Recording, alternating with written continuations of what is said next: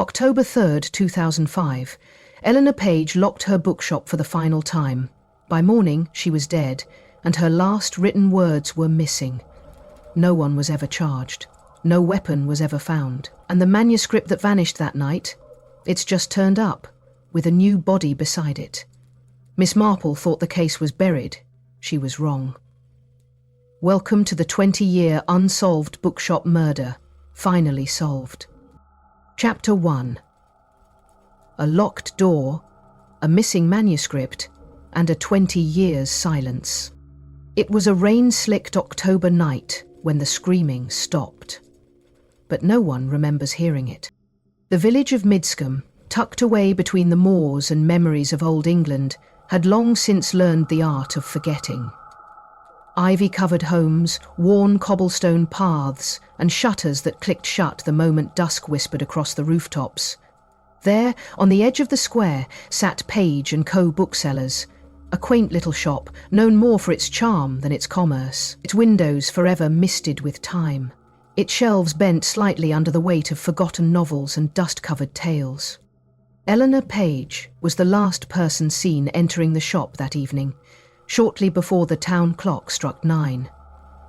A woman of quiet strength, a collector of secrets, and the sole proprietor of the shop since her father's passing.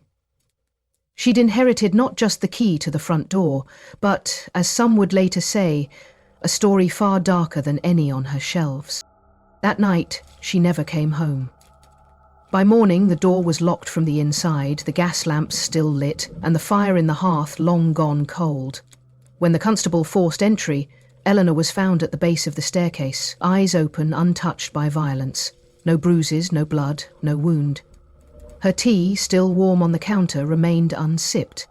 Her glasses lay folded beside a stack of unsold books, and on the floor, just beside her body, a torn envelope. Sealed once with red wax, now broken. Whatever had been inside was no longer there. But what startled the village most wasn't her stillness. It was the absence. The absence of a single manuscript, an unpublished Agatha Christie tribute she had been editing in secret. Rumours later spoke of it as her life's passion project, a work meant not for profit, but for closure. A mystery she hoped would rival the Queen of Crime herself. It vanished that same night, along with Eleanor's voice. The case was cold before the coroner's ink had dried. The official ruling was heart failure, despite a lifetime of clean health. No signs of a struggle, no fingerprints, no suspects. The shop was closed, boarded, and time was allowed to smooth over the jagged edge of curiosity. A woman gone, a manuscript lost, a mystery no one dared pursue. Until now. 20 years later, on an equally cold October morning, a letter arrived, addressed in fading blue ink, to Jane Marple, care of a parish in St Mary Mead. The paper was brittle, the envelope frayed, but the words, those were fresh. Too fresh. He's returned. The book is in the shop again. Find the truth before he finishes the story. There was no name, only a date. October 3rd, 20 years to the day since Eleanor Page was last seen alive. Miss Marple, now well into her retirement, no longer trailed Scotland Yard with a notepad and a knowing smile. Her hands ache from time. Her garden demanded more attention than crime scenes ever did, and most of her fellow sleuths had long since passed into legend. But one did not live through decades of watching quiet things turn dangerous without learning that some stories refuse to end. That very evening, she arrived in Midscombe by train. She stepped from the platform unnoticed, save for a porter who tipped his hat and whispered, "Still chasing ghosts, miss?" To which she replied quite softly, "No, dear, they're chasing me." The bookshop had changed little, if at all. The sign remained crooked above the door, the ivy still clung like a memory, and in the right light you could still see Eleanor's silhouette, preserved in the old newspaper photograph Miss Marple carried in her handbag. Inside, the air smelled of aged paper and ash. The hearth, long cold. The clock on the mantel still ticked, though no one could say who had wound it. And on the front desk, as if waiting, lay a single book. The Murder of Roger Ackroyd. Not a first edition, not a reprint, but an annotated copy, with a page that had no business being there, a page written in Eleanor's own handwriting, bearing the title Chapter 13, The Final Clue. But Eleanor had only ever written 12. The room held its breath. Miss Marple reached for the book, her fingers brushing the worn cover. It was then that something shifted, not in the air, but beneath it. A sense that something had been disturbed, moved, replaced, not for her benefit, but for someone else's amusement. Behind the counter, an old police file had been stuffed into the bookshelf, disguised among the fiction. Inside, the original case photos and one new edition, tucked between the pages. A single fingerprint, unclaimed, fresh. The book it rested on, Sleeping Murder. A book that had never been part of Eleanor's stock. In fact, it hadn't even been published until after her passing. Nothing seemed out of place, until it suddenly was. That night, Miss Marple walked the streets of Midscombe alone, past shuttered windows and quiet doors. She did not look behind her, though she might have sensed the eyes. A dog barked once and was silenced. The town, it seemed, remembered too well what happened when people asked questions. But there was one truth left unspoken, and it was waiting for her. Eleanor Page had not died of fright, nor of accident, nor, if Miss Marple dared admit what her instincts told her, of anything natural at all. The silence wasn't empty. It was watching. She returned to her inn, lit only by a single candle by the bed. On the nightstand, a note. "You've opened the book. Now finish the story." The handwriting matched Eleanor's, or someone who wanted her to believe it did. Outside, a storm gathered once more. The winds tugged at shutters, the rain crept across the stone, and somewhere, deep beneath the foundations of Page & Co., something waited. Not a what, a who. If you're drawn to mysteries that refuse to stay buried, subscribe now and follow Miss Marple as she steps into a case no one dared reopen. Because in Midscombe, every book hides more than words. And this one? This one was written in silence. Chapter 2, The Background, The Bookshop of Shadows. It began not with a bang or a scream, but with a hush that settled over Midscombe like a forgotten quilt drawn across the landscape, thick with the weight of 20 years of silence. And though the townsfolk had long chosen to speak of other things, market gossip, parish affairs, the weather, they could never quite erase the unease that clung to the old bookshop at the end of the square, nor could they forget the morning Eleanor Page was found lying still beside the false wall near the back staircase, a woman who, by all appearances, had simply stopped living, though her tea remained warm and her glasses still folded with precision on the edge of the counter, as if she'd merely stepped out and would be returning shortly to finish whatever thought she'd left mid-sentence. The investigation at the time was efficient by official standards and woefully incomplete by every other. Eleanor's body showed no sign of distress, and yet the look in her eyes, those wide-open glassy orbs frozen mid-realization, suggested a mind interrupted at the threshold of understanding, as though she had glimpsed something terrible yet familiar, and then fell, not in fear, but in refusal to face it fully. The inspector on duty had ruled it a robbery gone wrong. The conclusion quick, perhaps too quick, bolstered by the broken cabinet and the empty space behind a bookshelf where an old rusted safe had once been fitted snug into the wall, a space now bare and gaping like an unfinished sentence, and while the idea of theft satisfied the town's need for resolution, it did little to satisfy Miss Marple's enduring curiosity, for she had long suspected that robbery was not the true motive, but rather the convenient mask beneath which something more deliberate, more rehearsed, had hidden itself quietly. There had been suspects, of course. Every good story needs them, and in Midscombe, suspicion had always lingered in the corners, like cobwebs never quite brushed away.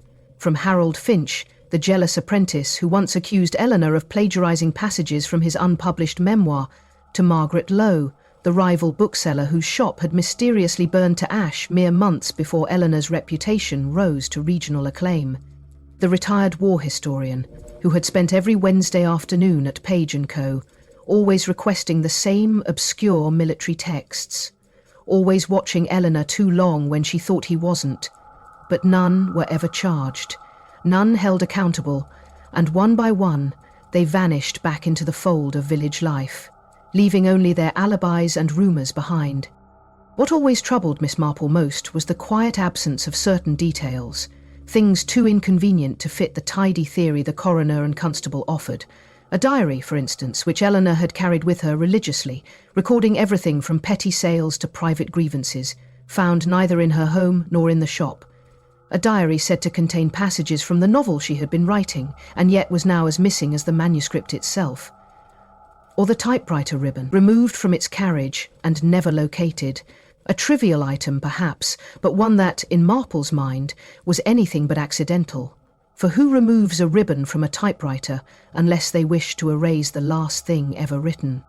The crime scene had been bloodless, yes, but it had not been empty, and in the stillness of those final hours, someone had moved with purpose.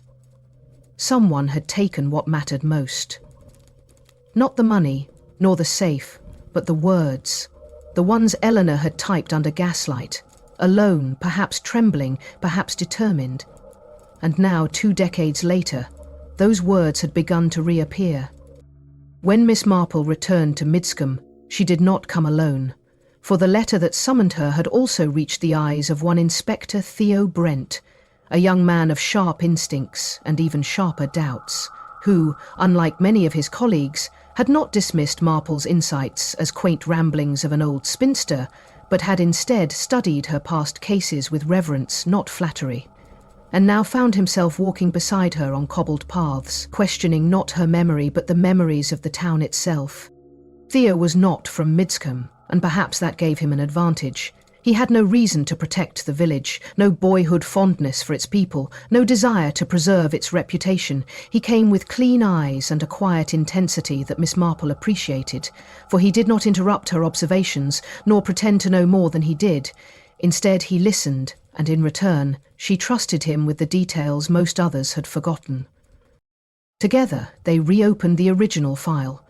Photographs yellowed with age, hand-drawn maps of the shop's layout, autopsy notes that offered little insight but raised 100 questions, and tucked among them a copy of a library log, indicating that a rare volume, an annotated edition of Christie's Curtain, had been checked out under Eleanor's name 2 days before she died, though no one could recall her ever visiting the public library. More curious still, the police sketch of the safe's contents included not just bonds and insurance records, but a sealed folder marked Confidential E. Page, Personal. That folder was never recovered, nor was it mentioned again in any subsequent reports. And yet here it sat, named in a sketch, redacted in memory, erased in every practical sense. Miss Marple, guided not by certainty but by that familiar sense that something was slightly askew, something that did not match the rhythm of truth, walked the length of the bookshop alone that evening, while Theo reviewed the names of the old suspects. And as the sun dipped beyond the steeple, casting long bars of shadow through the cracked windows, she stood once more at the base of the staircase where Eleanor had fallen, or rather had been found, and it was there, in that very moment, that a single phone rang. Not the one in the inn, nor Theo's mobile, but the old rotary fixed to the back wall of the shop, disconnected since 2005, silent for 20 years, and yet it rang. A single, shrill tone that cut through the air like a blade, echoing in the hollow spaces of memory. And when Miss Marple answered, there was only static, followed by the faint sound of breathing, not hurried, not scared, just... Waiting Theo arrived moments later, drawn by the sound, and they both stared at the handset as it clicked softly back into silence. And though neither spoke, they both knew what it meant. Someone was listening. They returned to the inn that night in a quiet unease that neither addressed directly, for both understood that the game had begun again, not in the sense of justice or police procedure, but in the way of stories. Unfinished tales that begged to be told, no matter how long they waited. It was the next morning, under a sky swollen with grey and the smell of rain lingering in the hedgerows, that the second call came. Not by phone, but by knock. The innkeeper, pale and trembling, informed them of a body, discovered in the same bookshop, in the same room, in the exact same spot where Eleanor Page had once lain. The victim, a man unknown to the village, found curled against the old cabinet beneath the staircase. No marks, no signs of distress, no blood. Only a single detail that refused to be ignored. A page, torn, folded, left tucked into his shirt pocket, typed on the same model Eleanor once used, and bearing the title, Chapter 13, The Final Clue. But Eleanor had only written 12. There was one truth left unspoken, and it was waiting for her. Chapter 3, A Tear in the Curtain. The body had not been there the night before, of that Miss Marple was certain. She had passed the threshold of Page & Co. At precisely 8 minutes past 6, her glove still damp from the drizzle that clung to the village like an old shawl, and the familiar creak of the bookshop door had welcomed her with the same reluctant groan it had offered 20 years ago, yet nothing inside had moved, nothing had shifted. No shadow had lingered, no sound had betrayed what now, in the harsh light of morning, stood revealed behind the velvet curtain once used to cordon off the rare editions. Simon Kent, the local historian, a man both known and largely unnoticed, slumped in a posture too unnatural to be rest and too intentional to be coincidence, as though he had been placed there by a hand that did not wish to conceal him, but rather to be found. Simon Kent was not a man one expected to die suddenly. He was not frail, nor reckless, nor known to meddle in things he did not understand, but he was curious, perhaps dangerously so. And his reputation as the unofficial chronicler of Midscombe's past had earned him the quiet respect of archivists and the quiet annoyance of everyone else, especially those who preferred history remained safely behind glass, not whispered down corridors or recorded in ink. He had been writing a book, that much Miss Marple knew. She had heard whispers even before the letter reached her hand, whispers that Simon had uncovered details about Eleanor Page's final months, details never made public, details perhaps never meant to be, and now here he was, silent, still, and yet saying so very much. The position of his hands was curious. One hung loosely by his side, fingers barely curled, while the other clutched a book so tightly that the page edges had crumpled inward. The Murder of Roger Ackroyd, a choice that did not go unnoticed, for Simone had once lectured at the Midscombe Literary Society on the very novel, arguing that its twist had changed the fabric of detective fiction forever, and now, here it lay against his chest, its spine cracked, its cover dotted with faint traces of red, and its final chapter opened wide. Though one page, just one, was torn clean down the centre and folded twice into a neat square, tucked into the lining of his coat. Inspector Theo Brent arrived moments after the constable called it in, his brows furrowed not in shock, but in calculation. For the moment one body reappears in the same location as a cold case left unanswered, it ceases to be coincidence and becomes something far more deliberate, far more rehearsed. Marple, who stood quietly to one side, did not speak at first. She watched, observed, allowed the movements of the living to shape the silence of the scene, and it was only when Theo turned the folded paper over that her breath caught. Not from what was written, but from how it was written. It was not a note in the usual sense, no confession, no final sentiment, no farewell. Rather, it was a cipher.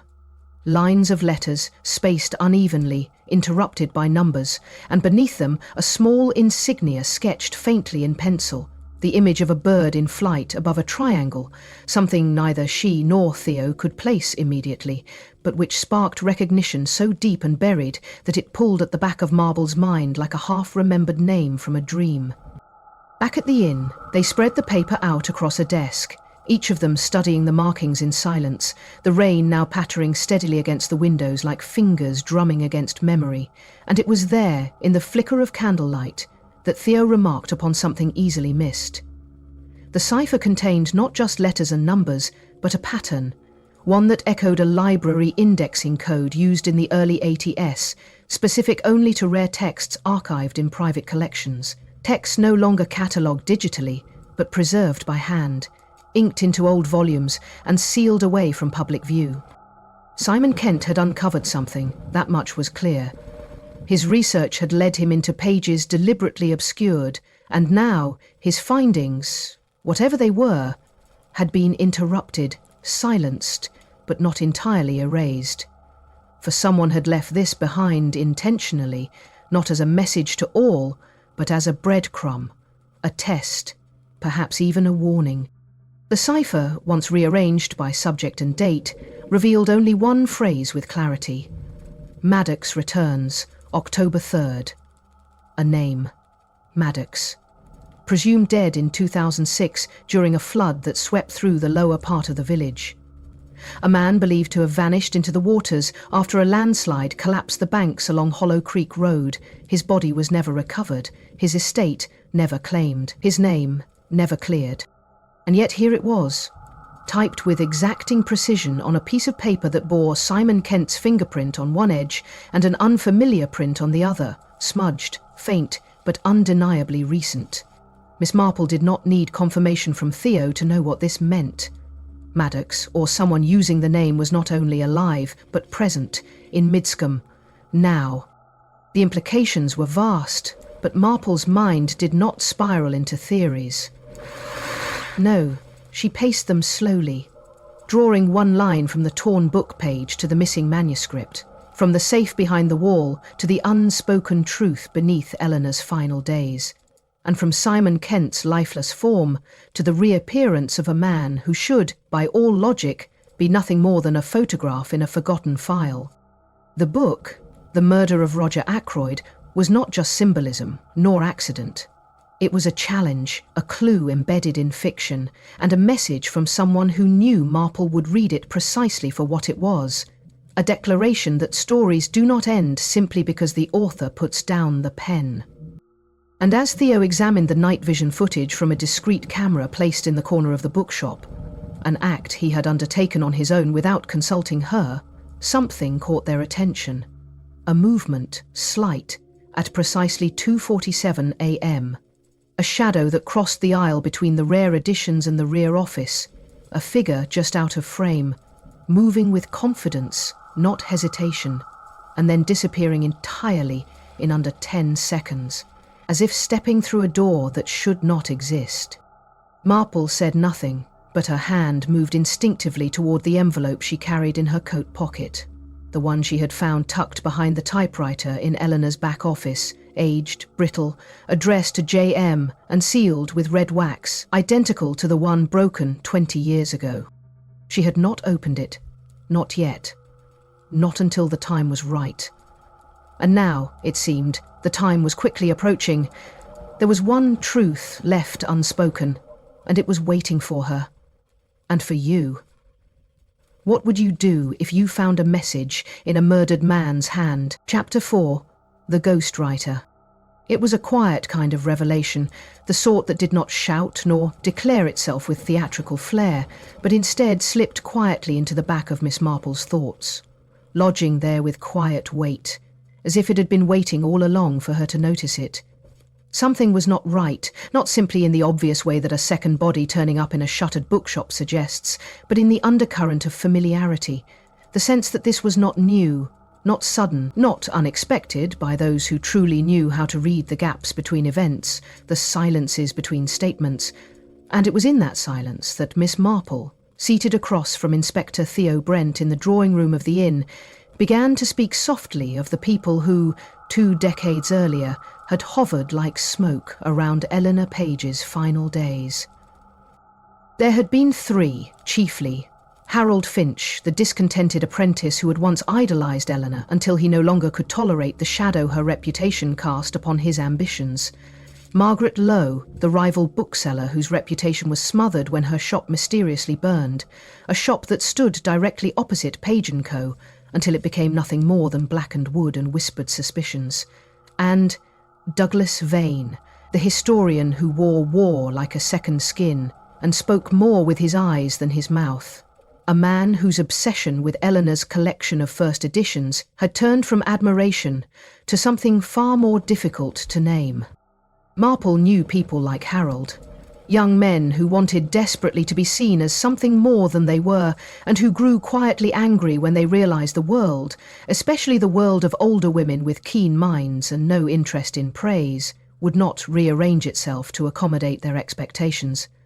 She remembered well the way he had once challenged Eleanor in front of customers, dismissing her knowledge of literary chronology with a barely concealed sneer, only to be corrected so thoroughly and politely that his face turned the same shade as the oxblood carpet in the front room. He had left the shop soon after, muttering something about taking his talents elsewhere, and never returned during her lifetime, at least not openly. She found him now in a small cottage near the edge of the village, surrounded by half-finished manuscripts and a bitter sort of silence that clung to the walls like mildew. And when she asked him about Eleanor, he shrugged and offered a tired smile, claiming he had long since moved on from such petty grievances. Yet when she gently pressed about Simon Kent and his recent book on Eleanor's final days, Harold's expression shifted, ever so slightly, and though he did not speak ill of, there was a flicker of something behind his eyes. Recognition, tinged with regret, or perhaps fear. Margaret, by contrast, was all precision and poise. Her hands moved like a pianist's, carefully placed, her voice calm, her sentences pre-assembled in her mind before they reached her tongue. And yet it was this very composure that struck Marple as rehearsed, too clean, too neat. The way a story becomes when it is told too many times by someone trying to forget the real one underneath. Margaret spoke of Eleanor as a competitor, yes, but with a kind of detached reverence, as if Eleanor were a literary character rather than a woman she had once openly despised. And when Marple casually mentioned the reappearance of Eleanor's typewriter ribbon, thought to be missing since the original case, Margaret's teacup rattled softly against its saucer, just once, and her smile did not return until Marple changed the subject. Then there was Douglas Vane. Tall, tired and deliberate in all things, who had once worn medals on his coat lapel, but now let them gather dust in a glass box beside his fireplace. A man who spoke of war only when prompted, and even then with a kind of weariness that suggested the real battles had taken place long after the shooting stopped. He had admired Eleanor, that much was clear, but admiration can so easily sour when it is not returned, and Douglas had visited Page & Co. every week like clockwork, borrowing obscure volumes on military strategy, always seated in the same corner chair, always watching her from beneath furrowed brows. When asked about Simon Kent, he said little, but it was in his stillness that Marple noticed the truth, for he did not ask how Simon had died, nor when, nor why. He simply nodded and stared into the fire, as though he had been waiting for that news all along. As the pieces began to form not a picture but a tangle of half-formed threads, Theo Brent returned with a finding of his own, one that reframed the investigation entirely. A set of maintenance records, buried deep in the archives of the town council, detailing periodic restocking logs filed under a numeric code attached to Page & Co. logs, which dated back not just to Eleanor's final year, but continued well beyond it, up until 2 months prior, which suggested that the shop had not been abandoned after all. That someone had been tending it, quietly, regularly, and anonymously, even as the windows gathered dust, and the door remained ostensibly locked. Electric records confirmed it. Energy usage during odd intervals, coinciding precisely with known visits from Simon Kent during his research, meaning that someone inside had been aware of his presence, perhaps tracking it, perhaps orchestrating their own appearances to avoid him, or to confront him unseen. And this realization prompted Theo to suggest what Miss Marple had already begun to suspect, that the attic, long sealed by order of the original investigators, might not be as uninhabited as it appeared. That night, under a muted moon and a sky streaked with the thinnest clouds, they returned to Page & Co., flashlight in hand, Theo leading the way with the quiet efficiency of someone who had walked too many crime scenes and learned how to step lightly through the echoes of other people's secrets. The staircase to the attic groaned beneath their feet, not dramatically, not with menace, but with the quiet exhaustion of old timber asked once again to bear the weight of revelation. The attic door, once bolted shut with rusted hinges and disuse, now hung slightly ajar, and the air beyond it was not stale but warm, disturbed recently, not the kind of warmth that lingers from insulation, but the kind that comes from breath and body and the heat of motion. And when Theo stepped inside, his infrared camera painted the small room in ghostly shapes of red and gold. Heat signatures left behind on a cot, a kettle, and a chair drawn up to a desk, where an object sat that caused both of them to stop. It was a typewriter. Not just any, but the exact make and model Simon Kent had used for his manuscripts. The Olympia SEM9, its keys worn from use, its platen still marked with the indentation of the last sheet fed through, and beside it, tucked beneath a stack of scrap paper, a folded page with ink still fresh to the touch. Theo reached for it carefully, and together they read the words typed there. "He's been watching me from the shelves. I found the passage Eleanor wrote about him. He erased it, but I remember. And now he knows I do." There was no name, no date, but the implication was sharp, clear and chilling. Simon Kent had discovered something not just in theory, but in truth. Something he had traced to Eleanor's missing manuscript. A manuscript someone had deliberately tried to hide, or worse, to rewrite entirely.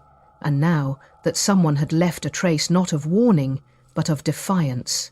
Typed in Simon's own machine, in the attic of the very shop where 2 lives had now been ended in near-perfect symmetry. But behind the scenes, something darker was lurking, not in the attic, but in the pattern itself.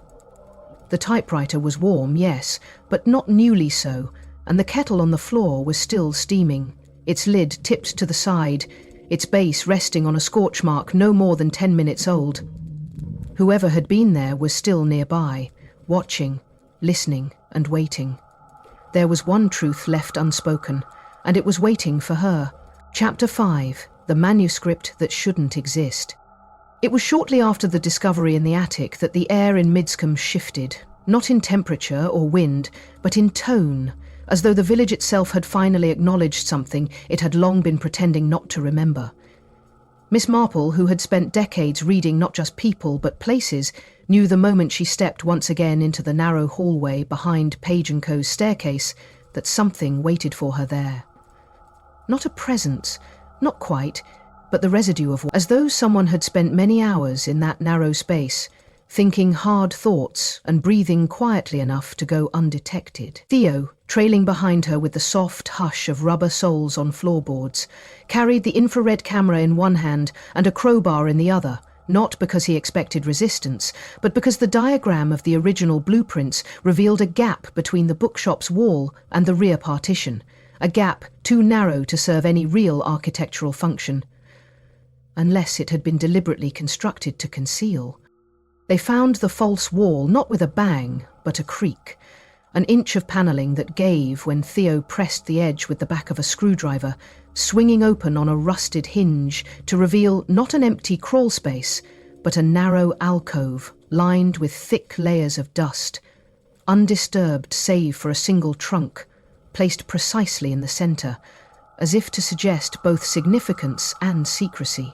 Miss Marple stood silently as Theo knelt and opened the latch, her eyes fixed not on the object itself, but on the shape of its presence, how it had been positioned, how it had been cared for, how it had waited. Inside lay a bundle of cloth, wrapped in faded muslin and bound with the kind of twine used for packaging books decades earlier. Within that, carefully preserved in wax paper and folded with such elegance it might have been a wedding invitation, was a manuscript. The cover page read, in a hand unmistakably Eleanor's, "Murder in the Margins, an homage to Agatha Christie, by Eleanor Page." There was no date, no publisher's mark, no dedication, only the title, as if Eleanor had known that the story was never meant for print, but for something else entirely. The pages were typed, yes, but with handwritten annotations in the margins, faint smudges where thoughts had been reconsidered and rephrased. And as Miss Marple turned the leaves slowly, she began to see a pattern, not simply in the narrative, which followed a fictional bookseller who is quietly targeted by members of her own reading club, but in the eerie, deliberate mirroring of Eleanor's own final months. The protagonist's name was Eliza Payne. The bookshop was not in Midscombe, but in a village called Midcroft. The suspects were thinly veiled versions of people Marple recognised instantly. Harold Finch, recast as Henry Flinch, an aspiring novelist filled with resentment.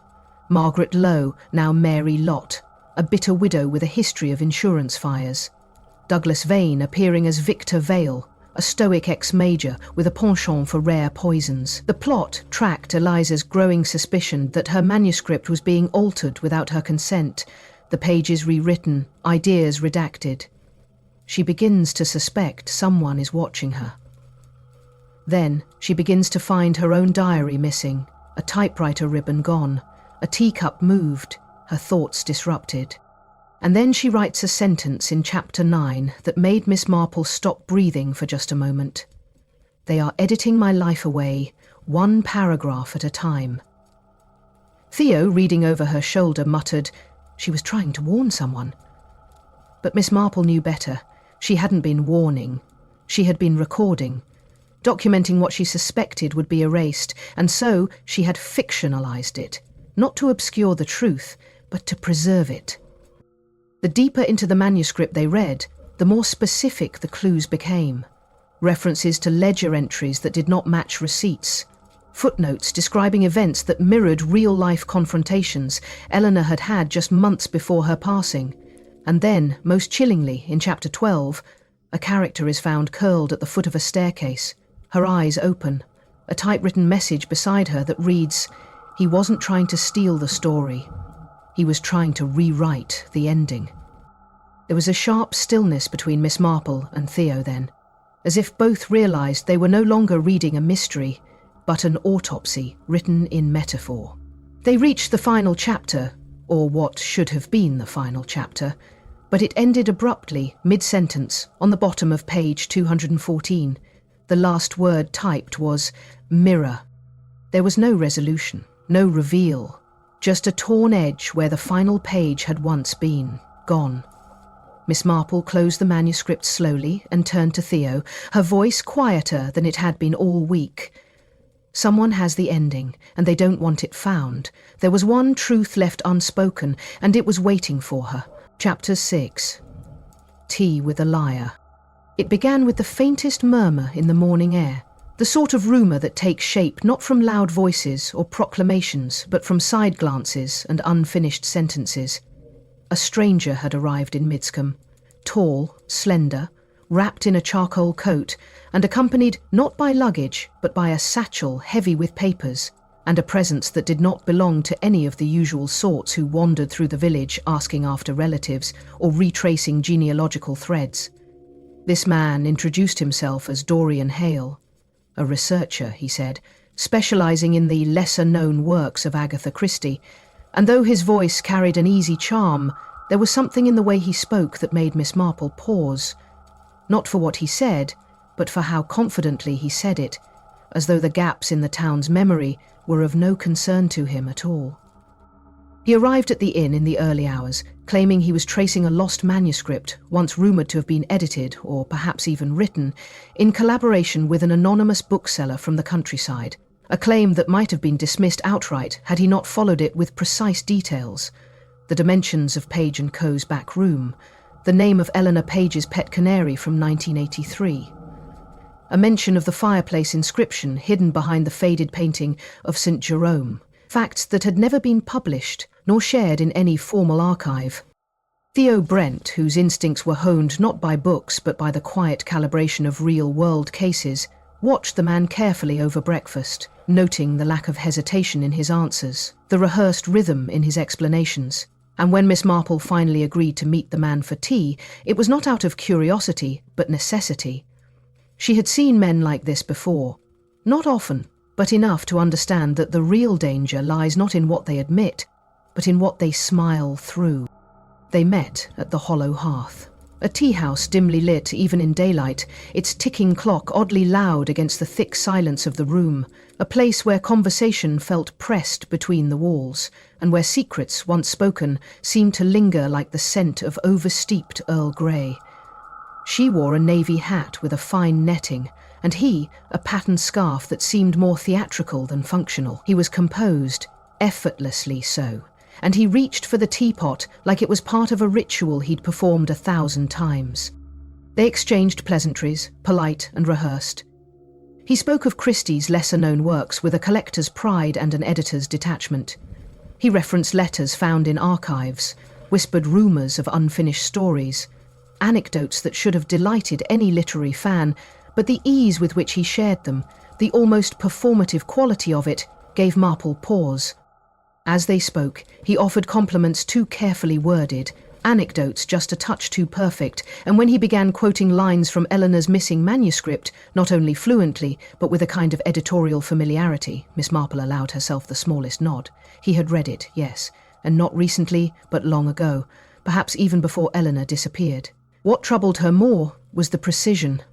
Quotes that never left the walls of Page & Co., passages that were hand-marked in the margins, lines that only someone very close to Eleanor, or the manuscript, could have ever known.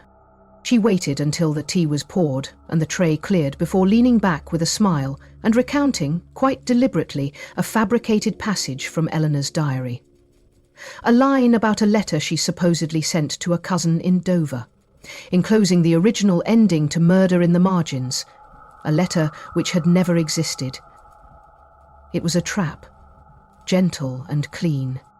Dorian Hale blinked once, twice, then corrected her, gently, politely, noting that Eleanor had never mentioned a cousin in Dover and had always considered the final page too dangerous to post. And as soon as the words left his lips, Marple's expression did not change, but her hands, folded gently on the table, tensed. He had slept, for no one should have known that the manuscript had an ending withheld, unless they had read it before it was torn, or had torn it themselves. She nodded and steered the conversation elsewhere, but her mind was no longer in the tea-house. It had gone to the attic, to the pages, to the typewriter that had recently hummed with thought not her own. She watched his hands as he sipped his tea. No tremble, no hesitation. He was either innocent or very, very practiced. The tea cooled between them, the clock ticked on, and Dorian began to speak more freely now, sharing theories of literary forgeries, the ethics of biographical fiction, the tragedy of stories unfinished, all while Marple listened, saying little, absorbing everything. She asked few questions. It was often the way to learn most, let the subject fill the silence. What she noticed, what struck her, was how he spoke about Eleanor. Not as a subject of study, but as someone he had known. He used phrases like, "she always preferred," and "Eleanor often said," without context, without quotes, just familiarity. It was subtle, but it was enough. And when he rose to leave, offering his card and a rehearsed smile, she did not take it. Instead, she watched him walk away, watched the way his shoulders did not drop, his pace did not slow, and she knew then that this visit was not for research. It was a return, a resurfacing. She returned to Page & Co. alone, moving to the rear office where the old photo albums were kept. Albums Eleanor had once maintained meticulously, capturing every guest who attended her book launches, her reading groups, her private teas. And there, between 2 pages, curled slightly from humidity, was a photograph dated October 3rd, 2005, a group shot taken during Eleanor's final literary gathering, faces familiar and blurred by time. Except one. Near the back, half shoddered by a bookshelf, stood a man in a charcoal coat and patterned scarf. There was one truth left unspoken, and it was waiting for her. Chapter 7, A Whisper Between the Pages. The rain hadn't stopped since the stranger left. It had settled over Midscombe like a weighted blanket, not heavy enough to flood, but persistent in a way that turned cobblestone to sheen and the air to breathless hush. Inside Page & Co., the windows fogged from the inside with the slow exhale of memory. Memory that Miss Marple, now seated once again at Eleanor's old desk, knew could no longer be left untouched. The scent of paper dust and aged pine hovered as she opened the old registry ledgers, flipping past decades of handwriting until the ink thinned into gaps, the kind that marked silence rather than disuse. It was just after dusk when the door creaked open and a hesitant knock echoed down the corridor. Theo, who had taken up a semi-permanent post at the rear reading table, rose, expecting perhaps the constable again or another curious villager. Instead, a young woman stood there, cheeks red from cold, umbrella dripping at her side, fingers trembling not from the storm but something older. Her name was Clara Penrose, and she introduced herself in a quiet voice as Eleanor Page's niece. Marple welcomed her without fanfare, motioning gently to the seat nearest the hearth, where the fire gave off a faint, flickering warmth. Clara had Eleanor's eyes, though more shadowed, and she held a folder tightly across her lap as if afraid it might vanish. When she began to speak, her words were halting, rehearsed, and tinged with an emotion that made Marple listen all the more closely. Not because of what she said, but because of what she seemed to have waited years to say. "I was 17 when she died," Clara began, "but I remember the months before that day clearly. I remember the letters. I remember the way she checked the locks twice, 3 times some nights. I remember waking up in the middle of the night to find her standing at the kitchen window, staring into the garden like she expected something, or someone, to emerge." She paused, unfolding the folder in her lap and producing a page. A photocopy of a book order dated July 23, 2005. The title was underlined in red. "The Flora and Formulations of Fatal Compounds, a Study of Rare Poisons." It arrived 3 weeks before she... Clara couldn't finish the sentence, so Marple took it gently from her hands, studying the document. It bore Eleanor's signature, along with a notation: "Hold for pickup. Do not shelve." But the book was never found in her possessions. It had vanished, just as the final page of her manuscript had vanished, just as Simon Kent had vanished into silence. Theo glanced at the document, eyes narrowing. "We checked this registry," he said, "but it wasn't there." Clara nodded. "Because she didn't list it under her name. She used a pseudonym, M. Ellis. Her middle name was Margaret. She always used it when she didn't want something to be publicly linked back to her." As the fire crackled low, Marple leaned forward. "Do you believe she was afraid of someone?" Clara hesitated, then nodded once. "Yes, but she never said who. Only that he had come before and that he would come again. She said, 'He doesn't want the truth, Jane. He wants the silence around it.'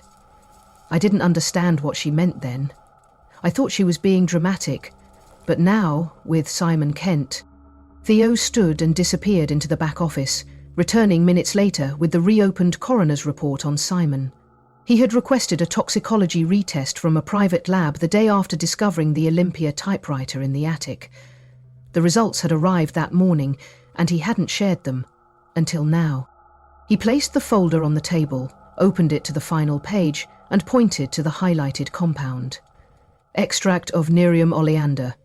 Trace levels of hematopoietic alkaloid. Ingestion confirmed. Estimated dose fatal." Clara gasped. "That's what the book was about. That exact compound. Eleanor told me once it was used in obscure Victorian literature, a character who poisons people through ink." Marple didn't speak. She was watching the shadows now, the way they moved along the wall in time with the fire, the way they deepened when the wind pressed against the glass. Somewhere, under the hush of the rain and the fire's snap, there was a rhythm. Not quite a sound, not quite a feeling, but something close to both. Later that night, alone in the shop after Theo had left to file a report and Clara had retired to the inn, Miss Marple stayed seated at the counter long after the fire died, reading Eleanor's annotations again by candlelight. She had placed the old tape recorder found in the attic beside her, its case scuffed and its reels stiff from years of neglect. She wasn't sure why she pressed play, perhaps because the silence had become too loud, or perhaps because there are some instincts one does not question after a lifetime of listening. At first, there was nothing. Just the soft hiss of analogue air, then the rustle of paper, then a voice.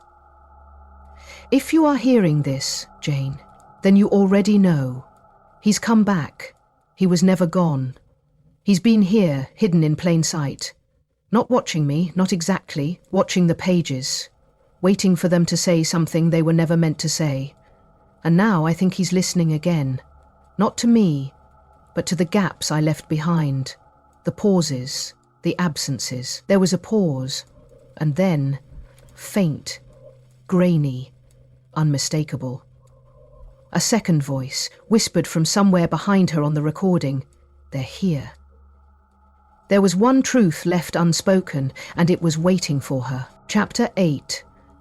A twist in the tale. The book club pact.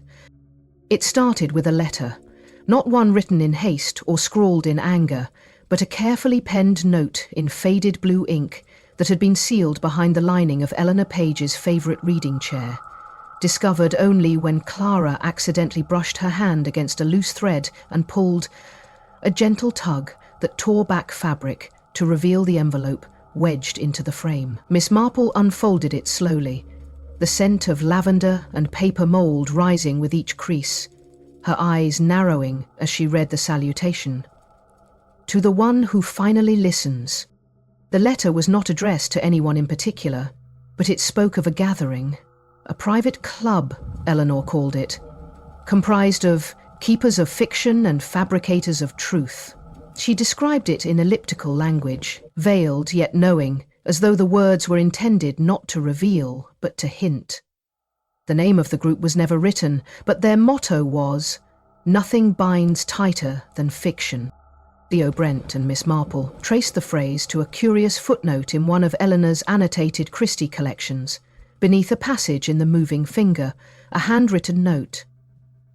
MBTF, 1967, Hyde House Library, that led them to the town records, and from there to a hidden registry of monthly meetings once held at the Hyde House estate just outside Midscombe, now abandoned, but formerly used as a retreat by a collective of wartime veterans, local officials and literati who styled themselves not as readers, but as curators of narrative justice. The deeper they searched, the clearer it became. This was no mere book club. These were individuals bound together by secrets, by loyalty forged not in discussion, but in shared history, possibly shared guilt. And Eleanor, it seemed, had been one of them. Until she wasn't. They found the first photograph in a box of weathered press clippings at the village hall. 7 men and women seated in high-backed chairs, books in their laps, all wearing gloves, all staring toward the camera with an intensity that felt rehearsed. At the centre sat Eleanor, smiling faintly, her eyes a shade more serious than the others. To her left, Margaret Lowe, to her right, Douglas Vane, and behind them, partially obscured by the glare of flashbulb reflection, a man who could have been Dorian Hale, or his father. In the back of Page & Co., Miss Marple unlocked the final cabinet that Eleanor had kept sealed, the one marked Private Archive. Inside, a folder wrapped in string, labelled only The Pact. Within it, faded notes from meetings, character sheets written as if for fictional use, though each one described a real person in veiled terms, a bookseller with a secret ledger, a soldier with ink-stained hands, a woman who set fires to preserve stories rather than burn them out of hatred. The club's purpose, it appeared, was to write alternate versions of historical events, plausible fictions intended to protect reputations, shift blame, or erase certain truths. The most jarring entry concerned a wartime incident labelled Operation Glass Quill, which referenced an unauthorised execution of a civilian during the final months of WII. Classified under a now-defunct intelligence wing and supposedly buried by consensus vote from the very members of the group. Eleanor had threatened to expose it all. According to her final annotations, she had intended to write the true story under the guise of fiction, to publish the truth disguised as plot. The final note in her handwriting read, "The past only stays quiet when its authors are loyal." But someone hadn't been loyal. Someone had wanted their chapter erased. Theo arranged a meeting with Margaret Lowe, now reclusive but still sharp, and under gentle pressure she spoke of the pact. How it had begun as a literary exercise, a kind of game, then shifted, slowly over the years, into something more self-preserving. How they had agreed, one by one, to never publish, never speak, never write beyond the margins, and how Eleanor had broken that pact. She said fiction wasn't enough, Margaret whispered. She said lies might make history safer, but truth makes people free. But it was never about the money. She looked up, her voice shaking now. It was about revenge. In the hours that followed, Miss Marple and Theo traced Margaret's confession to a stack of meeting records kept in the archive of the local solicitor's office, long thought to be destroyed in a flood, but salvaged and transferred to microfilm. There they discovered the true scale of the book club's reach. Members were elected not for their love of reading, but for their possession of secrets. Everyone who sat in those rooms held knowledge of things left out of official accounts. Wartime bribes, covert military operations, falsified legal testimonies and rewritten family trees. One entry stood out among the rest. A memorandum dated 1959, signed in code by 6 members, describing a vote to bury evidence of civilian casualty by informal order. The civilian was never named, but a side note listed the location: Normandy, July 1944. Cross-referencing that date revealed that a young Eleanor Page had been working with a volunteer medical corps stationed near that village. The implication was chilling. Eleanor had witnessed something, perhaps even documented it, and years later she became the club's conscience, a role the others no longer welcomed. Miss Marple returned home that night and spread the photographs across her sitting room table, faces blurred with time, edges curling. She looked at them long and hard, her gaze settling on the one figure who never seemed to age. The same coat, the same scarf, always at the edge of the frame, never the centre. She knew now that Dorian Hale had not just returned, he had never left. Later, as she prepared for bed, she noticed something peculiar. The scent of lavender, not from her soap, not from her sachets, but faintly from her doorframe. She stepped closer, fingers brushing the wood. There, etched faintly into the paintwork, were the initials MBTF. She whispered aloud to herself, barely audible, as if afraid the walls might listen. Nothing binds tighter than fiction. She did not sleep that night. Instead, she spent hours rereading Eleanor's remaining notes, charting names, cross-referencing aliases, building a profile not just of the club's members, but of their motivations, their timelines, their silences. The minutes just before dawn found her seated beside a stack of carbon copies she had retrieved from Eleanor's old Olympia, sheets that bore the invisible indentations of documents long removed, too faint to read but real nonetheless. She traced her fingers across them slowly, as though by touch alone she could summon the story that had been hidden. And then a knock at the door. Not the kind made by urgency nor fear, but the kind that expects to be let in. A rhythm deliberates and calm. When she opened it, a man stood before her. Coat, scarf, smile. He did not speak. He simply extended his hand, and in it, a page, typed, signed, dated. It read, Chapter 23, The Confession. There was one truth left unspoken, and it was waiting for her. Chapter 9. A new clue surfaces. Ashes and inkles. The page he handed her felt like it had come from another time, not aged exactly, but steeped in the tension of years deliberately erased. Miss Marple took it without a word, her eyes scanning the carefully typed lines, the telltale pressure of an old Olympia striking firmly into the paper grain. The title read, Chapter 23, The Confession. Below that, a single sentence. It was never the first truth that mattered, only the last one left standing. There was no signature, no header, but Marple knew the type, the touch, the margins. This page had not come from a mimic. It had come from Eleanor's hand. Or from someone who had sat in the same chair, staring at the same inkwell, with something very specific to say. She stepped aside, allowing the man in with a nod that was neither permission nor welcome, but something neutral and knowing. He moved as if he belonged there, brushing raindrops from his sleeve, scarf still looped and untouched, his breath not even broken from the night's dampness. The clock above the hearth marked 3:01 a.m. He spoke before she did, voice smooth, steady but careful. Not untruthful, just rehearsed. "There's more where that came from." Miss Marple remained by the door, fingers tracing the edge of the page, eyes never leaving him. Why bring it now? He looked toward the fire, unlit, and smiled faintly. "Because time is running out, and so are the people who remember how it began." For the next few minutes, the room filled with quiet. Not silence, but the rustle of papers, the ticking of the mantel clock, the distant hush of rain against glass. Then she motioned to the table and set down the page. "Sit," she said softly. "Tell me what you know, but understand, I already know too much for this to be casual." He obliged, carefully pulling a second envelope from his coat. Inside, photographs, faded and smudged but real, a burning hearth, a round table surrounded by 5 figures, a pistol wrapped in velvet. The cover of a book scorched at the edges, its title blurred by smoke. She didn't need to ask, she had seen that room. In Eleanor's notes, in Clara's eyes, in the details that had surfaced one at a time, breadcrumbs left not in panic, but in painful precision. He tapped a photo gently. This is the night Eleanor tried to resign from the pact. The night she brought the final version of her manuscript to the meeting.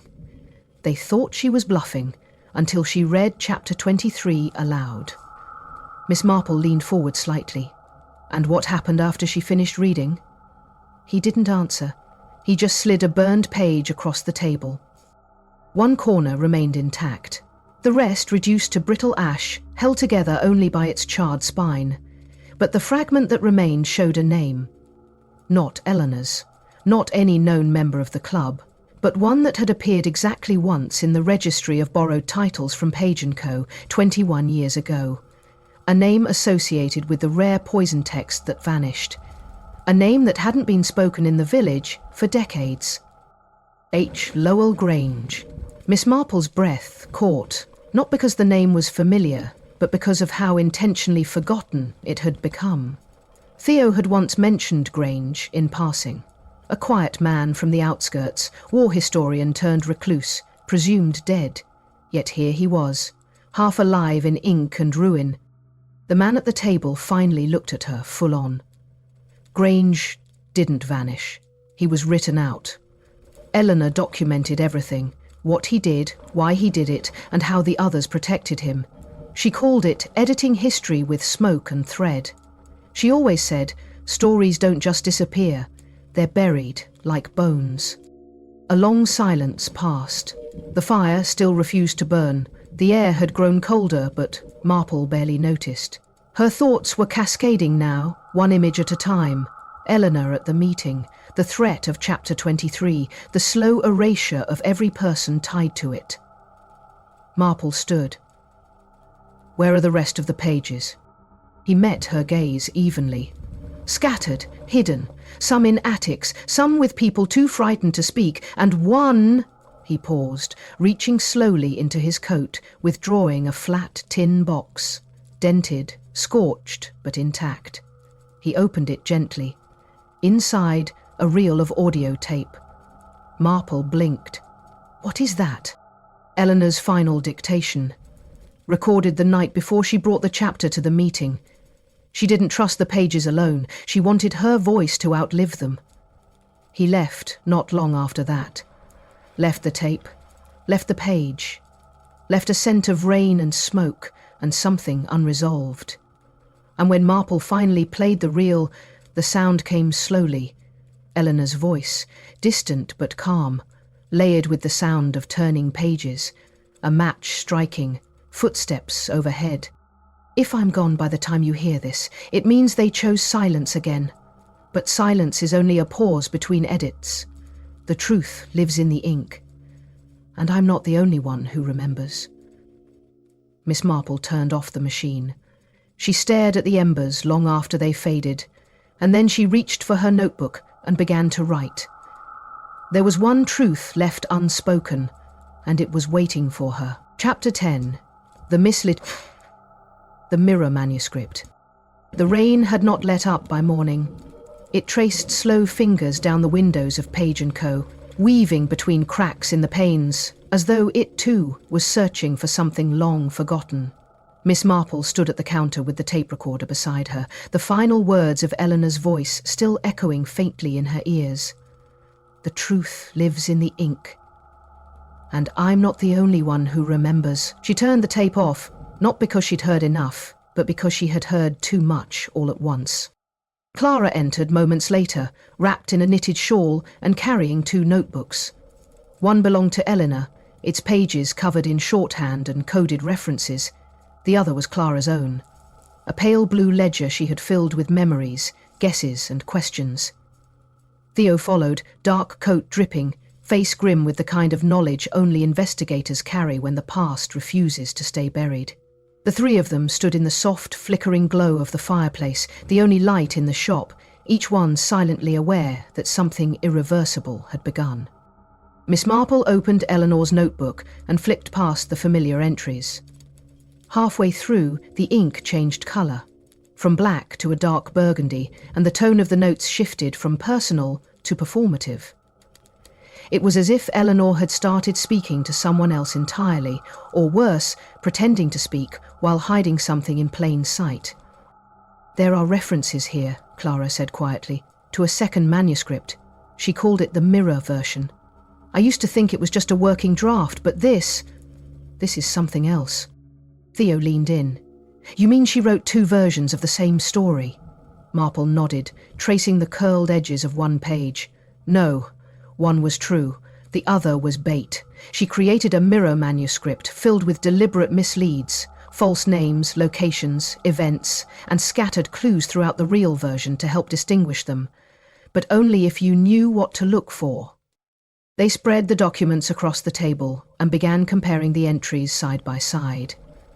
In one version, the man in the scarf is called Daniel Hawkes. In the other, he's listed as D. Hale. The bookstore is sometimes in Midscombe, other times relocated to a fictional village called Fenmere Hollow. More inconsistencies followed, timelines rewritten, conversations paraphrased, even weather patterns changed. She was testing the reader, Theo muttered, to see who was paying attention. No, Marple said.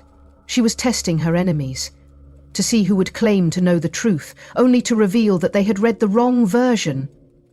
One note in the margin stood out above the rest, written in Eleanor's tight, slanted hand.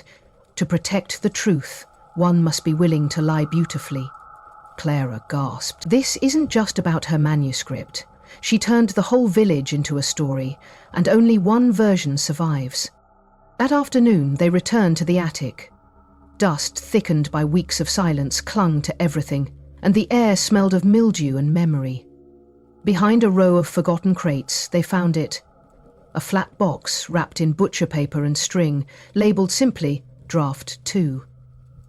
Inside were 200 pages of perfectly typed narrative, a story that appeared to be Eleanor's fictional take on the events of 1944. But as they read, details emerged that were too specific, too grounded, too real.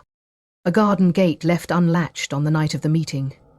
A brooch engraved with initials found near the hearth. A dialogue exchanged in perfect accuracy with what had been heard on the reel. She split her confession in 2, Marple whispered. This is the reflection, the other, the one that was burned. That was the truth. Theo removed his gloves and held the pages close to the light. Then why keep this one? Why not destroy it too? Because she knew someone would come looking, and she wanted them to find this first.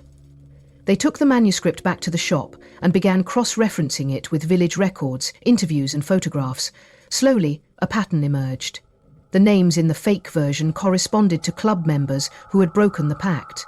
The locations matched properties once tied to hidden archives. One chapter even described a room filled with mirrors, where a manuscript was copied by candlelight while another burned in the hearth, a direct reference to the night of the fire. Hours passed, Outside, the sun never rose fully, hidden behind fog and unseasonal clouds. But inside, clarity began to take shape. The manuscript had not been meant to mislead forever.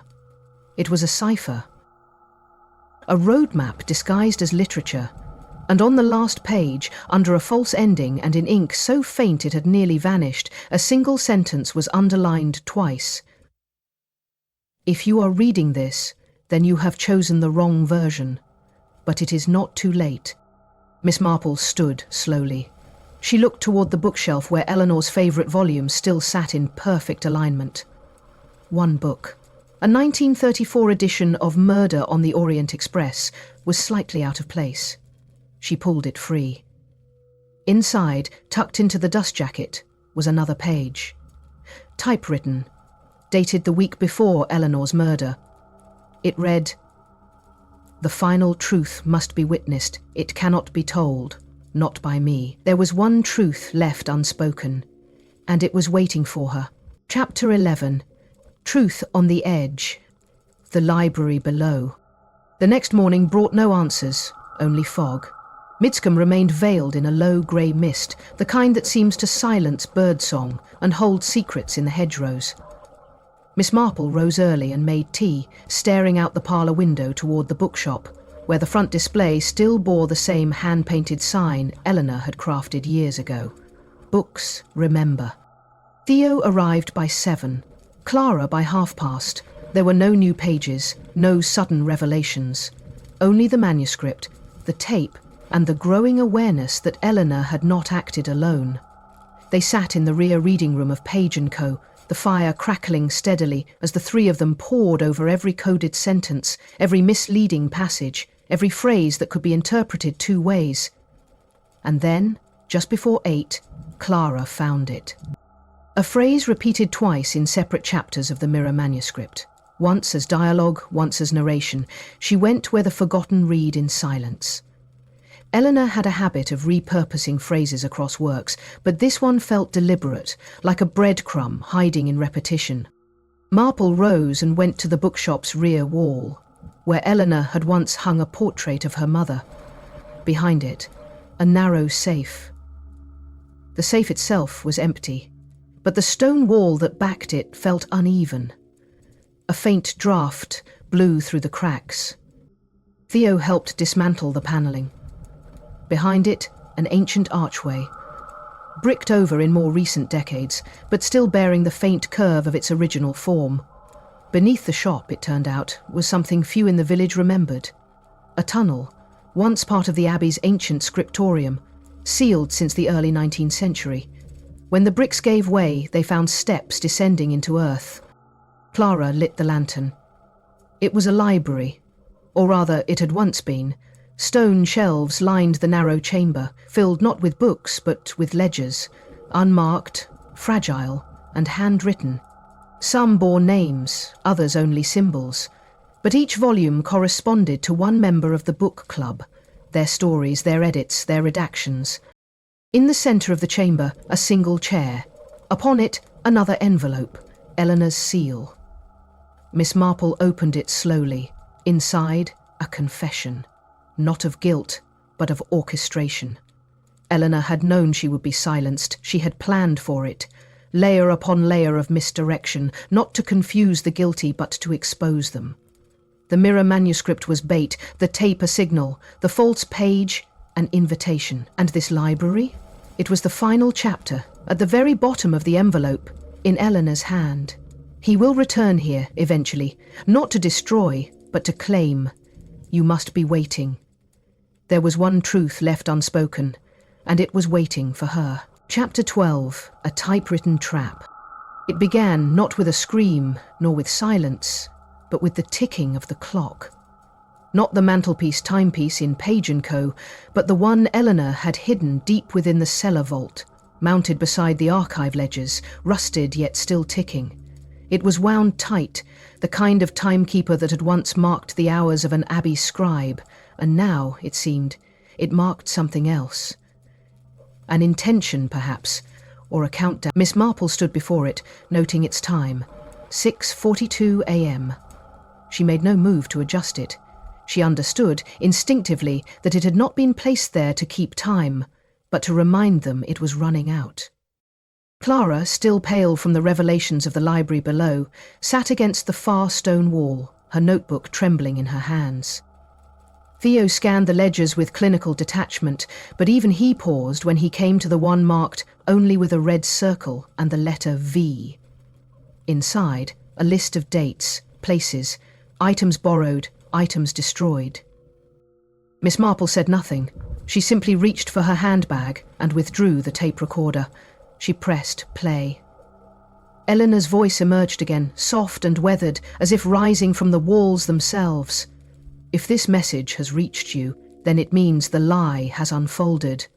But the truth remains dormant, and truth, like ink, cannot remain dormant forever. It seeps, through walls, through memory, through blood. And then, another voice, a man's. I told you they'd never let it reach daylight. Static, silence, then a click. The recording ended. But the weight of it remained. They ascended from the vault just as dawn filtered through the upper panes of the shop. Marple moved toward the counter and stared down at the Olympia typewriter, still sitting beneath its cloth. She lifted the cover. The keys were dusted. One letter had been pressed. Why? She stared. Why? She whispered. Theo stepped beside her. Do you think someone was here last night? No, Marple said. I think someone never left. And that's when they heard it. Upstairs. The creak of a floorboard. Marple turned first, motioning for Clara to stay behind. Theo drew his torch and ascended the steps with quiet urgency. The hallway was empty, the attic door ajar. Dust floated like memory in the thin shaft of morning light, and then, just visible on the far table, a fresh page. Typed, single-spaced. It began, Chapter 24, Witnesses. The text described the previous night in chilling detail, the discovery of the vault, the unlocking of the ledgers, the words spoken aloud, the voices captured. It described Miss Marple, Theo, Clara, in third person, with timestamps. Theo turned to Marple, who had stepped beside him. Who's writing this? She took the page. Read it twice. Someone who wants us to think we're too late. Theo scanned the room. There's no one here. No, Marple said. But there was. Or will be again. They took the page, locked the door behind them, and returned downstairs. Clara had pulled another copy of Eleanor's notebook and was cross-referencing one of the coded entries. A string of numbers. Coordinates. Theo opened the map and plotted them. They pointed not to Midscombe, not to London, but to a secluded manor in Sussex, once owned by a man named H. Lowell Grange. Marple nodded slowly. Then that's where we go next. There was one truth left unspoken, and it was waiting for her. Chapter 13, The 10th File. They left Midscombe before sunrise, the road south stretching like a ribbon of unwritten story before them, headlights cutting through morning mist as the last of the village's secrets settled behind them in the quiet hush of autumn. Clara sat in the back seat, gripping Eleanor's final notebook. Theo drove in silence, focused but tense, and Miss Marple, ever watchful, stared at the sky as it turned from grey to gold. Sussex lay ahead, and with it, the manor once owned by H. Lowell Grange. It was not marked on the modern maps. They found it only by memory and the coordinates Eleanor had left behind, coordinates buried in riddles, hidden beneath metaphors and written into the margins of her mirror manuscript. When they arrived, the manor loomed like a forgotten fable. Its shutters drawn, its gates rusted shut, its ivy climbing higher than the second-floor windows. No lights, no sound, but the door was open, not forced, not broken, just ajar. They entered with the reverence of intruders. The air smelled of dampened parchment and firewood long since turned to ash. The floors groaned with memory. In the main study, beneath a canvas-draped chandelier, was a writing desk, upon it a stack of typewritten pages. And next to them, a sealed envelope, addressed, "To Jane Marple." Theo opened the drawers. Empty. No weapons. No photographs. Just paper. Files. Documents. Meticulously organized. Each folder labelled with the name of a person long presumed forgotten. Not just book club members, but peripheral witnesses, investigators, librarians. One folder labelled simply Simon Kent. Simon. Clara opened it.